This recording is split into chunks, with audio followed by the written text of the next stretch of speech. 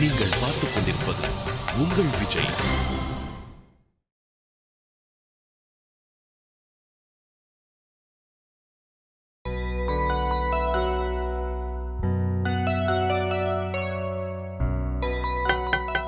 S come in. என்னப்பா கார்த்தி, உன் சிஸ்டம்ல என்ன ப்ராப்ளம்? என்ன கட்டது கையில டூல்ஸோட பைப்ல இருக்கிற அடப்பை கிளீன் பண்ற பிளம்பர் மாதிரி. ஏதாவது அர்ஜென்ட்னு வையேன், இந்த டூல்ஸ் எடுக்க என் ரூம் வரைக்கும் போக வேண்டியது இருக்கு. அதனாலதான் கையிலேயே வச்சுக்கிட்டு சுத்துறேன். சிஸ்டம் பிரிச்சு மாட்டுற மாதிரி என்ன கம்ப்ளைண்ட் வரப்போகுது? பிரச்சனை வந்தா சாஃப்ட்வேர்ல தானே வரும். நீ சொல்றதும் கரெக்ட் தான்ப்பா. ஆபீஸ்ல நான் வெறுங்கையோட வேலை பார்த்தா எவன் தான் நான் வேலை செஞ்சாதான் நம்புறான். இந்த மாதிரி டூல்ஸ் எல்லாம் எடுத்துக்கிட்டு சுத்தினாதான் நான் வேலையே செய்யாதப்ப கூட கடுமையா வேலை செய்யறேன்னு நம்புறாங்க. சரி உட்காரு.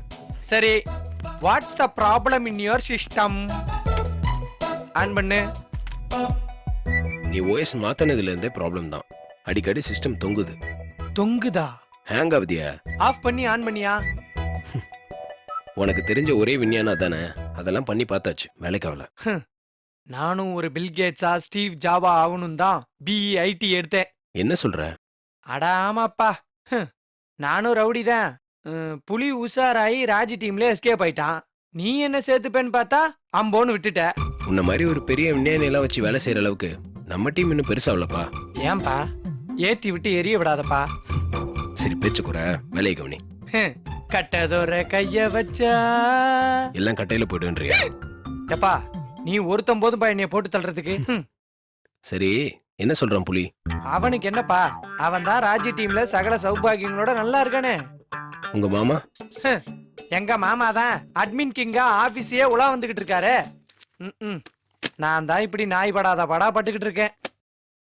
கார்த்தி, ஆனாலும் நீ பண்ணது தப்புப்பா. என்ன தப்பு? தெரியாத மாதிரியே பேசுற பத்தியா? என்னன்னு சொல்லு கட்ட. ஃபேஸ்புக்ல உன் ஸ்டேட்டஸ சிங்கிள்னு மாத்திட்டியாமே. அதுவா? என்ன அதுவா? 2 பேரும் ஒரே வீட்டுல தானே இருக்கீங்க, அப்புறம் எதுக்கு அப்படி ஒரு ஸ்டேட்டஸ் போட்ட? அது குடிச்சிட்டு ராத்திரி மப்புல போட்டது. என்னப்பா சொல்ற? ஆமா கட்ட, காலையில இருந்து அதை மாத்தணும்னு பாடா பட்டுட்டு இருக்கேன். மொபைல்ல டேட்டா வேலை செய்யல, இதுல நெட் ஒர்க் ஆகல, சிஸ்டம் தொங்குது.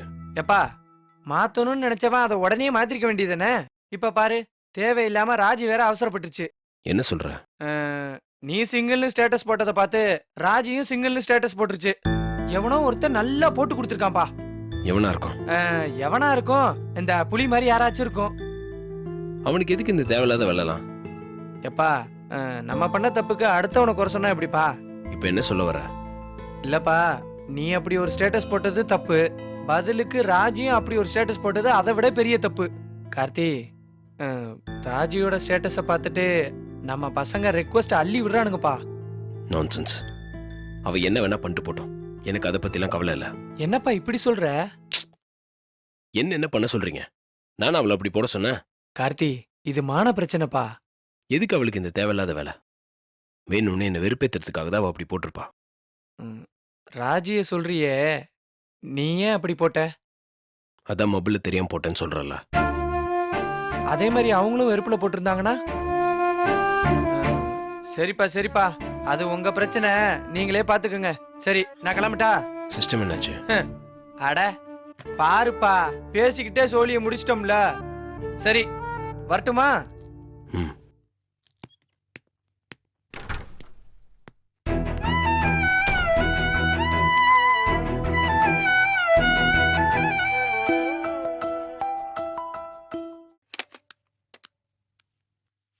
மது மேம், கொஞ்சம் என் கேபினுக்கு வாங்க. Okay ma'am.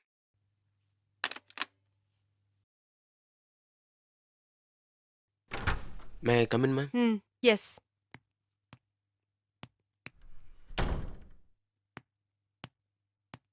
நீங்க இன்னும் ஜாயினிங் ஃபார்மாலிட்டிஸ்லாம் கம்ப்ளீட் பண்ணலையா? இல்ல, இன்னைக்கு முடிச்சிடறேன் மேம். அதுக்கு எதுக்கு இத்தனை நாள் எடுத்துக்கிறீங்க? இன்னைக்கு ஷூரா முடிச்சிடறேன் மேம். நீங்க இன்னைக்கு முடிச்சிருவீங்கங்கிறது இருக்கட்டும், ஆனா ஏன் இத்தனை நாளா முடிக்கலன்னு நான் கேக்குறேன். அது ஒரு 1/2 மணி நேரம் வேலை, அதுக்கு எதுக்கு நீங்க இவ்ளோ யோசிக்கிறீங்க? போங்க, போய் ஃபார்ம் எடுத்துட்டு வாங்க. இல்ல மேம், இன்னைக்கு முடிச்சிடறேன் மேம். அதெல்லாம் இல்ல, போய் ஃபார்ம் எடுத்துட்டு வந்து என் முன்னாடியே உட்காந்து ஃபில் பண்ணுங்க. மேம். மது, போய் எடுத்துட்டு வாங்க.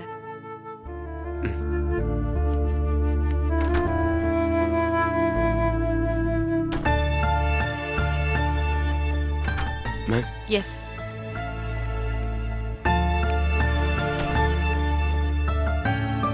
உட்காருங்க.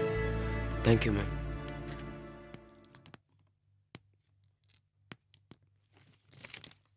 ஃபில் பண்ணுங்க.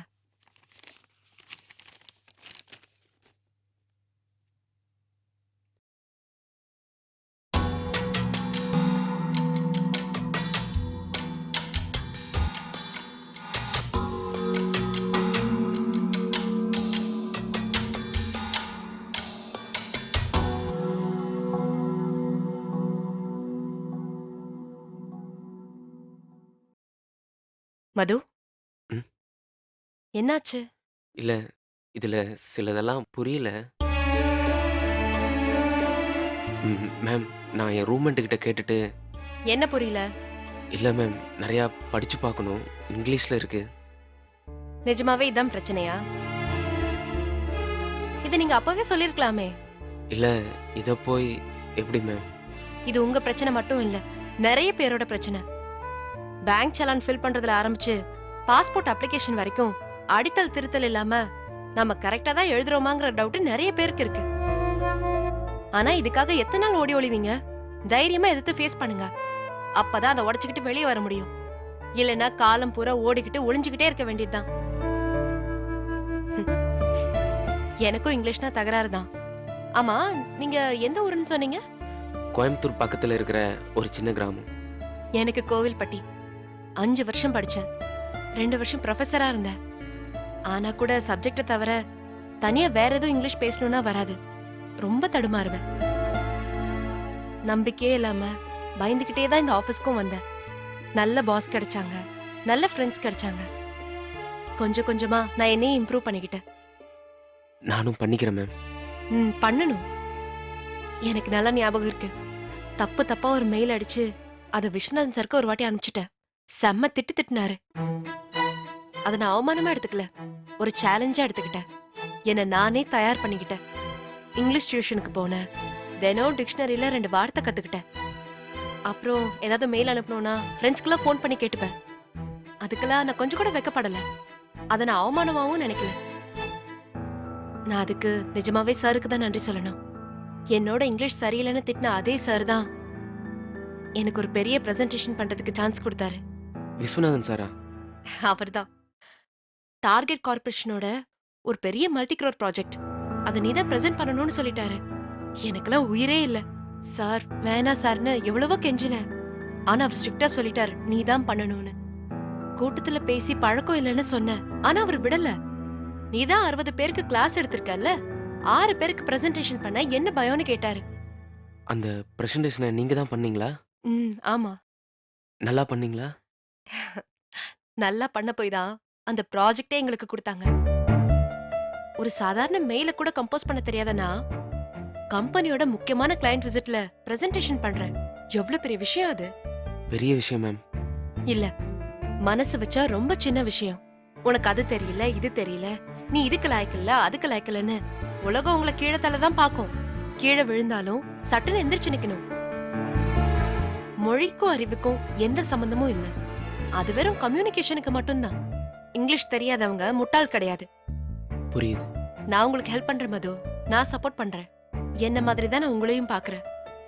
நம்ம 2 பேரும் ஃபேஸ் பண்ணது ஒரே பிரச்சனை தான். இது ஒரு சாதாரண விஷயம். இதெல்லாம் ஒண்ணுமே கிடையாது. Thanks ma'am. மது, எதுக்கு இப்ப அழறீங்க? இதெல்லாம் ஒரு பிரச்சனையே கிடையாது. கண்ணை தொடச்சுக்கோங்க. ஃபார்மை ஃபில் பண்ணுங்க, நான் ஹெல்ப் பண்றேன். ஓகே?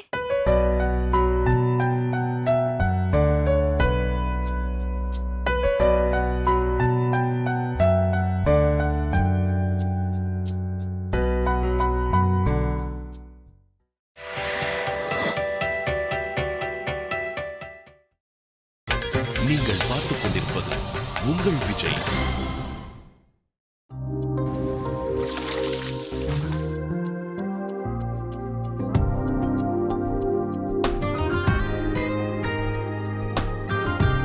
ரெண்டு ஆரஞ்சு ஜூஸ் கொண்டு வா. Okay sir.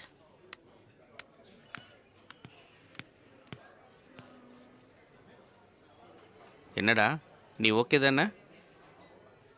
ஏன் வந்ததுலேருந்து இதையே கேட்டுட்டு இருக்கீங்க? இல்லடா, பொண்ணு பார்க்க போறோம்னு சொன்னதும் ஒண்ணுமே சொல்லாம கிளம்பி வந்துட்டியே, அதுதான் டவுட்டா இருக்கு. பிரச்சனை பண்ணாம இருக்கிறது உங்களுக்கு ஒரு பிரச்சனையா? இதை பாடுறா, அந்த பொண்ணை இன்னும் மனசுல வச்சுக்கிட்டு சுத்திக்கிட்டு இருந்தீங்கன்னா லைஃபே வேஸ்ட் ஆயிரும். அவ எங்க இருக்கான்னு கூட தெரியல. அவளை தூக்கி போட்டுட்டு நம்ம குடும்பத்துக்கு செட் ஆகுற மாதிரி ஒரு நல்ல பொண்ணா பார்த்து கல்யாணம் பண்ணிக்கடா. சரிப்பா. மேட்ரிமோனியில் உன் ஃபோட்டோவும் ப்ரொஃபைலும் பார்த்துட்டு தான் அந்த பொண்ணு ஓகே சொல்லியிருக்கு. ஜஸ்ட் இது ஒரு ஃபார்மாலிட்டி மீட்டிங் தான். நல்லபடியாக பேசி ஓகே பண்ணிடுறா. நான் பாத்துக்கிறேன்ப்பா. என்னத்தை பார்த்துப்பியோ, நீ பண்ணுறதெல்லாம் கொஞ்சம் கூட சரியில்லைடா. விடுங்கப்பா, நான் பாத்துக்கிறேன். அந்த பொண்ணு தான் வந்துட்டான்னு நினைக்கிறேன். சொல்லுமா, அங்கிள். வந்துட்டியா? ஆ, ஓகே, அப்படியே நேரா வாமா. Table number 15. Okay. Hi uncle. வாமா. அப்பா வரலையாம்மா? இல்ல அங்கிள், அவர் மாப்பிளைய பார்த்து பேசிட்டு வர சொன்னாரு. பரவாயில்லம்மா, இதான் என் சன். ஹலோ. நீங்க தனியா பேசிட்டு இருங்க, நான் அங்க வெயிட் பண்றேன். இல்ல அங்கிள், நீங்களும் இருங்க, ஒன்றும் ப்ராப்ளம் இல்ல. இல்ல பரவாயில்லம்மா, கல்யாணம் பண்ணிக்க போறவங்க நீங்க, நடுவுல நான் வேற எதுக்கு டிஸ்டர்ப் பண்ணிக்கிட்டு? நீங்க பேசுங்க, நான் வெயிட் பண்றேன். Okay uncle. உட்காருங்க.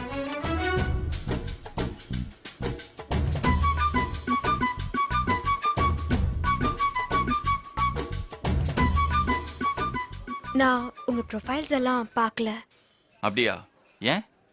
ஒருத்தரோட கெரியரை பத்தி தெரிஞ்சுக்கிறத விட அவங்களோட பர்சனல் விஷயத்த தெரிஞ்சுக்கிறது தான் முக்கியம்னு தோணுச்சு. அதான். கரெக்ட். உங்களோட சம்பளம், வேலைய பத்தி எல்லாம் தெரிஞ்சுக்கிட்டா அப்புறம் அது மட்டும்தான் முக்கியமானதா தோணும். அதுக்காகலாம் காம்ப்ரமைஸ் ஆக கூடாதுல்ல. பரவாயில்லையே, நல்ல பாலிசியா இருக்கு. தேங்க்ஸ். அப்புறம் உங்களை பத்தி சொல்லுங்களேன்.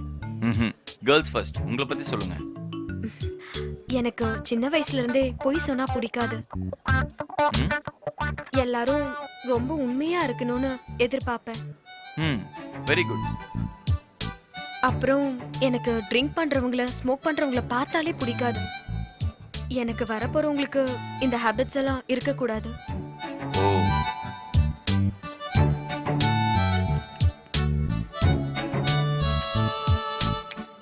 எப்போ ஆர்டர் பண்ணீங்க? நான் ஆர்டர் பண்ணலங்க, எங்க அப்பா ஆர்டர் பண்ணது. ஏன், உங்களுக்கு ஆரஞ்சு பிடிக்காதா? வேற ஏதாவது சொல்லவா? It's okay. அப்புறம் ஒழுக்கம் ரொம்ப முக்கியம். அதாவது நல்ல கேரக்டரா இருக்கணும். புரியுது. அப்புறம் இது வரைக்கும் நான் யாரையும் லவ் பண்ணதில்ல. எனக்கு வரவரும் அப்படிதான் இருக்கணும். வேற ஏதாவது? எனக்கு கவிதை பிடிக்கும், கர்நாடிக் மியூசிக் பிடிக்கும்.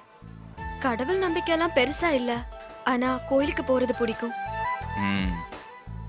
நீங்க சொல்றதை வச்சு பார்க்கும்போது நீங்க எதிர்பார்க்கிற இத்தனை கேரக்டர்ஸ்ல என்கிட்ட ஒரே ஒரு கேரக்டர் மட்டும்தான் இருக்கு. அதாவது உண்மையை பேசுறது. இப்போ நான் உண்மையை மட்டும்தான் சொல்ல போறேன். நான் தம் அடிப்பேன், தண்ணி அடிப்பேன். தண்ணினா சும்மா பெக்கா இல்ல, மக்கு எடுத்து குடிப்பேன். ஃப்ரைடே குடிக்க ஆரம்பிச்சேன்னா சண்டே ஈவினிங் வரைக்கும் குடிச்சுக்கிட்டே இருப்பேன். ஒருவேளை கல்யாணத்துக்கு அப்புறம் இதை கொஞ்சம் கொஞ்சமா குறைச்சா கூட டோட்டலா நிப்பாட்டுறதுக்கு 60 வயசு ஆயிடும். ஸ்கூல் டேஸ்ல இருந்தே எனக்கு கேர்ள் ஃப்ரெண்ட்ஸ் நிறைய. அப்புறம் காலேஜ், ஆஃபீஸ்லலாம் நீங்க கேட்கவே தேவையில்ல. இவங்க தான் இல்ல, பார்க்குற எல்லா பொண்ணையும் சைட் அடிப்பேன். ஓகே ஆகிற மாதிரி இருந்தா உடனே லவ் பண்ணிடுவேன். இதெல்லாம் என்னோட அடிக்ஷன் மாதிரி வச்சுக்கோங்களேன். இல்ல, உண்மையை சொல்லணும்ல. வேற என்ன? முன்னாடி வேலை செஞ்ச கம்பெனியில கான்ஃபரன்ஸ் ரூம்ல வச்சு ஒரு பொண்ணை கசம்சா பண்ணிட்டேன்னு சஸ்பெண்ட் பண்ணிட்டாங்க. அப்புறம் சமாளிச்சு வெளியில வந்துட்டேன். வேணா நம்பர் தரேங்க, கேட்டு பாருங்க. நெட்டெக்ல கேட்டா என்னை பத்தி இன்னும் நிறைய சொல்லுவாங்க. அடிப்படையில நான் ஒரு காதல் மன்னன். 1 வருஷமா ஒரு பொண்ணை லவ் பண்ணி அது நிச்சயம் வரைக்கும் போய் நின்றுச்சு. அதுக்கப்புறம் தொட்டுக்கோ தொடச்சிக்கோ நான் பழகின பொண்ணுங்கெல்லாம் ஏராளம். எனக்கு இந்த கர்நாடிக்லாம் பிடிக்காது, ஆனா கானா பாட்டு பிடிக்கும்.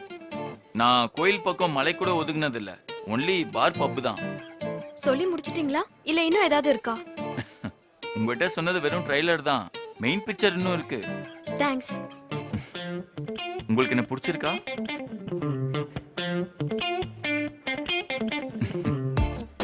சொல்லுங்க. சைலண்டா இருந்தா என்ன அர்த்தம்? மௌனம் சம்மதம்னு எடுத்துக்கலாமா? Good bye. மேனேஜரை கொஞ்சம் வெயிட் பண்ண சொல்லு, நான் அப்புறம் வந்துடுறேன். என்னம்மா பேசிட்டியா? உங்க பையனை கேளுங்க சார். என்னம்மா சொல்ற? உங்க பையன் கிட்ட போய் கேளுங்க.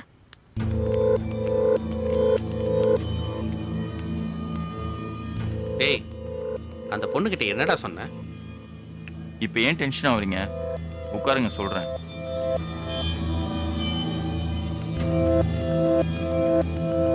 என்னதாண்டா சொன்ன அவகிட்ட?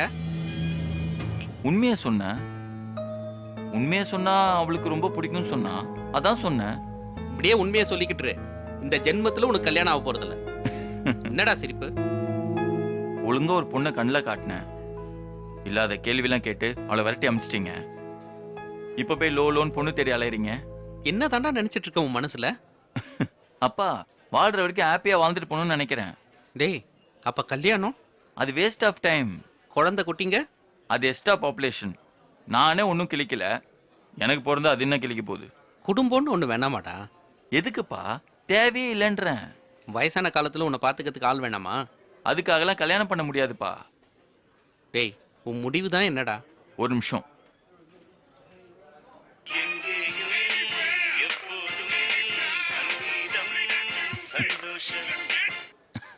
டேய், உனக்கு இது அசிங்கமா இல்ல? இதுல என்னப்பா அசிங்கம் இருக்கு? வேற யாரோ உங்க புள்ள இப்படி இருக்கான்னு சொல்றதை விட நானே சொல்றது பெட்டர் தானே? ஹை. அப்புறம் அடுத்த பொண்ணை எப்ப பார்க்கணும்னு சொன்னீங்கன்னா போய் பார்த்துடலாம். நீங்க எப்போ சொன்னாலும் நான் ரெடிப்பா. பாய்ப்பா. பில்லு கொடுத்துருங்க.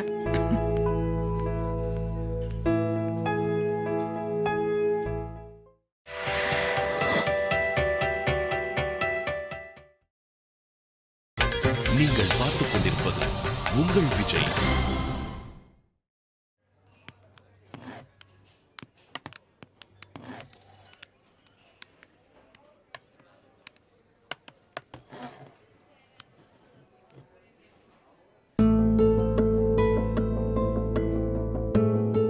இவ வர்றதுக்கு முன்னாடி சாப்பிட்றலான்னு பார்த்தா கரெக்டாக வந்துட்டா.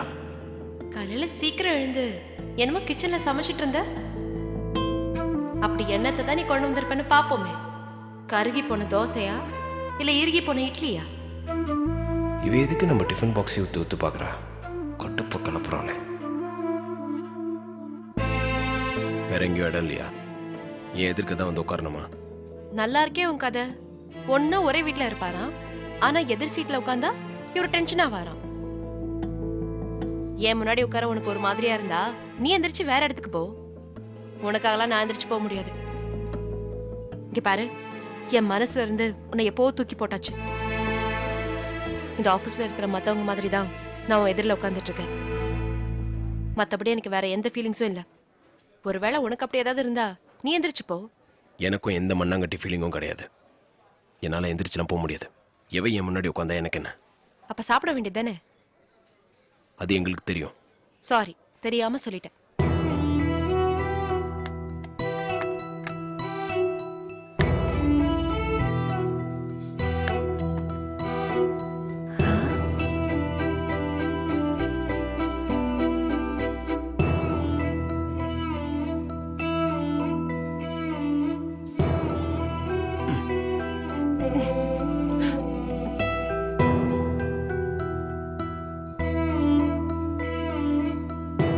இந்த இத்து போன சப்பாத்திக்கு தான் இவ்ளோ பில்டப்பா? நான் ஒன்னும் அந்த சப்பாத்தியை பார்த்து சிரிக்கல.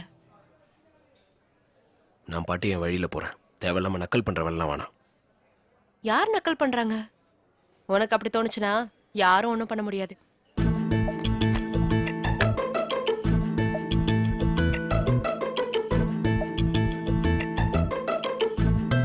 சப்பாத்திக்கு தயிரை தொட்டு சாப்பிடுறா. என்ன கேவலமான காம்பினேஷன் இது. ச்சீ. இவ வேற எதிரில் உட்காந்து மானத்தை வாங்குறா. என்ன என்ன என்னமோ உலக அதிசயத்தை பார்க்குற மாதிரி பார்த்துட்டு இருக்க? நான் ஒன்றும் பார்க்கலையே. இல்ல, நீ பார்த்த. கண்ண மூடி உட்காரதுக்கு இது என்ன மெடிடேஷன் ஃப்ளோரா? கேண்டீன் தானே. என்னமோ உன் டிஃபனை பறிச்சு சாப்பிடுற மாதிரி தேவையில்லாம சண்டைக்கு வர. யாருக்கு வேணும் இந்த காஞ்சி போன சப்பாத்தியும் புளிச்சு போன தயிரும்? ஊத்து ஊத்து பார்க்காம தான் இது சப்பாத்தி தயிர்னு கரெக்டாக சொல்றியா? இப்ப என்ன பிரச்சனை உனக்கு? நீ எதிரில் இருக்கிறது தான் பிரச்சனை. எனக்கும் அதே தான் பிரச்சனை. போதுமா? நல்ல நடிகண்டா நீ. எவ்வளவு வலிச்சாலும் கைப்புள்ள மாதிரி வலிக்கலன்னு சொல்ற? விஷ்ணு, ஹாய் ராஜி. ஏன் விஷ்ணு லேட்டு? நம்ம பொழப்பு தான் தெரியுமே, ஒரே மீட்டிங் அதான். நீங்க இன்னும் சாப்பிடல? நான் உங்களுக்காக தான் வெயிட்டிங். உட்காருங்க. ராஜி, என்ன ஸ்பெஷல்? வெஜ் புலாவ், பன்னீர் பட்டர் மசாலா. அடேங்க அப்பா, நல்லா சே நகட்டி கொண்டு வந்திருக்கீங்க போல. வாசனை சும்மா கும்முன்னு தூக்குது. நீங்களும் டேஸ்ட் பண்ணுங்க. போதும் போதும். இது என்ன? பன்னீர் பட்டர் மசாலா. ஓ,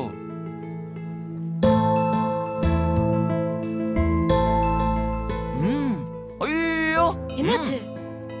என்ன டேஸ்ட்ங்க இது? என்ன taste? The taste of India Raji. Raji, இதோட ரெசிபி என்னன்னு சொல்லுங்க. நாளைக்கு நான் கிச்சன் சூப்பர் ஸ்டார்ல இதை ட்ரை பண்றேன்.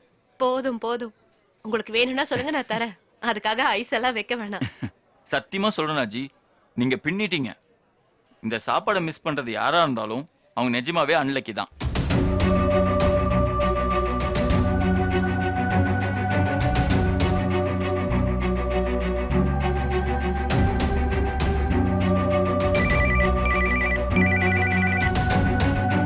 Hello hello hello hello hello signal இல்லைன்னு நினைக்கிறேன், சரியா கேட்கல. ஒரு நிமிஷம்.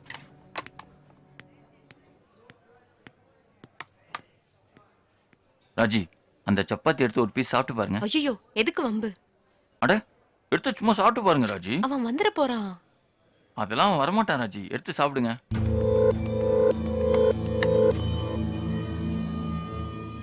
விக்கவே முடியல. ஒருவேளை ஆயிலுக்கு பதிலா ஃபெவிகால போட்டுருப்பானோ?